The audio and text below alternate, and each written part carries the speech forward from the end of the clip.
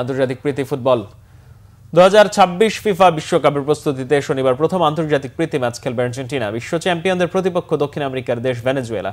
যুক্তরাষ্ট্রের ফ্লোরিডায় বাংলাদেশ সময় সকাল 6টায় মাঠে গড়াবে প্রীতি ম্যাচটি।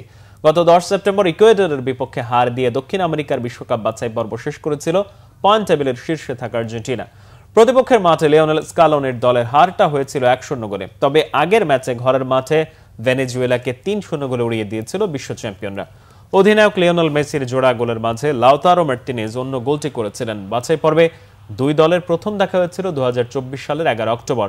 ভেনেজুয়েলার মাঠে সেই ম্যাচে 1-1 সমতায় আর্জেন্টিনার জয় রুখে দিয়েছিল স্বাগতিকরা।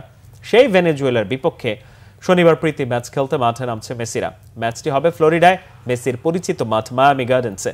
আন্তর্জাতিক বিরতিতে আর্জেন্টিনা আগামী 15 অক্টোবর আরেকটি প্রীতি ম্যাচে পুয়ের্তো রিকোর বিপক্ষে মাঠে নামবে। ম্যাচটি হবে যুক্তরাষ্ট্রের শিকাগোতে। আগামী বছর যুক্তরাষ্ট্র, কানাডা ও মেক্সিকোয় 11 জুন থেকে 19 জুলাই পর্যন্ত চলবে 23তম বিশ্বকাপ ফুটবলের মহোৎসব।